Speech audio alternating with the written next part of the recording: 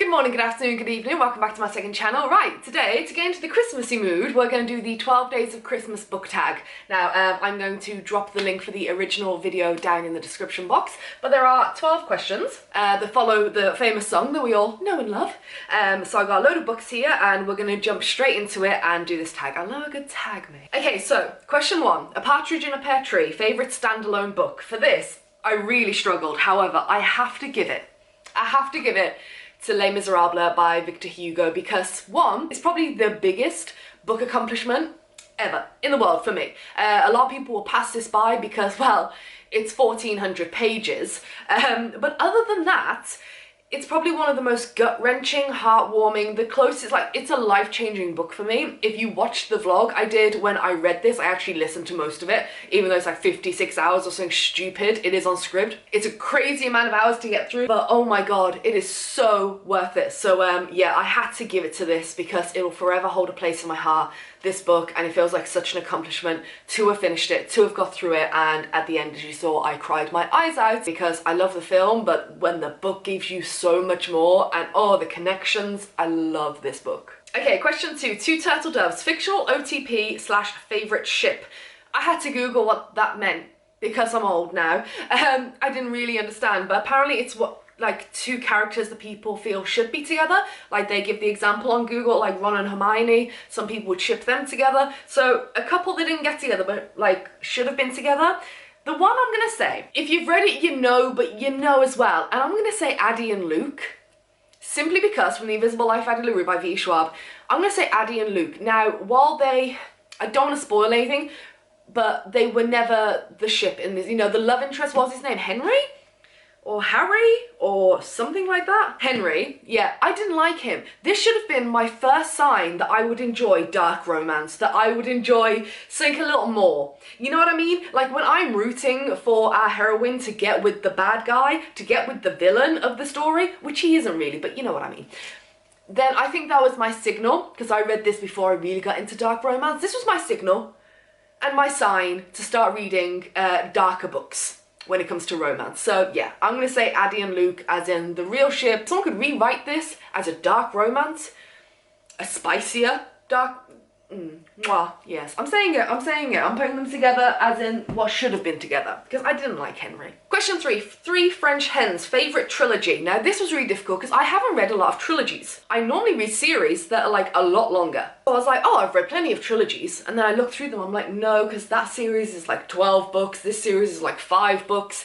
So I really struggled to actually find a really good trilogy that I really enjoyed, that I read recently. There was only a trilogy. Now, I can't pick Kingdom of the Wicked because the 3rd book isn't out till next fall. So I'm going to have to pick Shadow Bee Shifter, which I'm pretty sure is a trilogy, yes. And whilst it's not my favourite series for trilogies, I'm going to have to pick it. I really did enjoy it. 4 Calling Birds, favourite fictional beast / creature.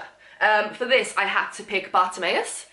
From the Bartimaeus trilogy by Jonathan Stroud, because he's just really funny. When it comes to like beasts and fictional characters, I will always favour the ones that really make me giggle, that really stand out, have such a fantastic personality, and like Bartimaeus is super aloof and things like that, and I literally laughed out loud at so many parts in this book and in the 2nd book, so I've got to pick him. He's awesome. He's a genie, by the way. 5 Golden Rings, show 5 golden books. I actually struggled with this one. So, obviously I don't have solid gold books. They are in the vault, darling. I'm not bringing them out. So I just had to find books with gold on them. So we have A Gentleman in Moscow, which I haven't read yet, but the lettering, stop it, focus. But the lettering is gold on there, and this sounds so good, I really want to get to it. Then we have The Girl Who Loved Tom Gordon by Stephen King, and Stephen King is all in raised gold lettering. We have Girls of Paper and Fire, which is a gorgeous cover, which has gold on it. I don't think it has gold on the front, no, it's silver. Then we have House of Earth and Blood by Sarah J. Maas. The moon and things like that is all gold and pretty. And then we have The Binding by Bridget Collins. Obviously there's a lot of gold on there, but boom. I saved this one till last because she's so pretty. So that is the goldest of gold books that I own. Okay, 6 Geese a Laying, Rotten Egg. What's your least favourite book? I'm gonna pick 2 from this year. One I DNF'd at about halfway, which I'm like, oh, the passion is strong, but I can't review it because I didn't finish it. but I'll probably talk about it maybe at the end of the year or something, because I completely forgot to put it in a wrap-up, because I keep forgetting to put the books I DNF into wrap-ups. Anyway, so a book I really didn't like this year was The Wild by Kay Webster. It was a book banned on Amazon. It's a taboo romance, and you can go and watch that vlog if you like. I'll try and remember to link it up for you. And the other one is The Love Hypothesis by Ali Hazelwood. I had to DNF it. I even returned it on Audible to get my credit back. I was like enraged. I was so frustrated with that book. I'm like, oh my god. I don't feel I can give it a review because I didn't finish it, but if you want to hear the rant, I might be able to do it at some point. So there you go, those are two books. One I finished, one that I didn't, that I really didn't like this year. 7 Swans Are Swimming, show a book with water on the cover. Okay, easy. The Institute by Stephen King. Actually, I say easy. I'm pretty sure this is the only book I own that has a good amount of water on the cover, and I gave this 4 stars. I read it like early this year. Was it this year? Yeah, early this year, and I did enjoy it. 8 Maids Are Milking. What fictional food do you wish you could taste? Wrath from Kingdom of the Wicked. I know that wasn't the question, but I'm not changing the answer. 9 Ladies Dancing. Favourite dance between 2 characters. Alright, for this I had to try and think of a book with a decent romance in. There's lots of angst, lots of sexual tension, like a dance between 2 characters, the back and forth, the banter, like the forbidden aspect of it, that they can't be together and they're going back and forth, and I had to pick The Sweetest Oblivion by Danielle Laurie. If you want like mafia, steamy, but it's more like the tension and the angst and the sexual chemistry, this book, trust me. 10 Lords of Leaping, favourite book-to-movie adaptation. This was slim pickings as well. I haven't read a lot. I've either watched a lot of movies but never read the books, or vice versa. So the only one, we're going to take it back to The Hunger Games. Honestly, like, I love the films. I loved the books. I think I read the books first, yeah? Did I read the books first? Yeah, I'm pretty sure I did, and I finished reading them when I was in Australia. And they were just, I love the films, the books were great, and yeah, it'll be a classic, like, from my earlier years.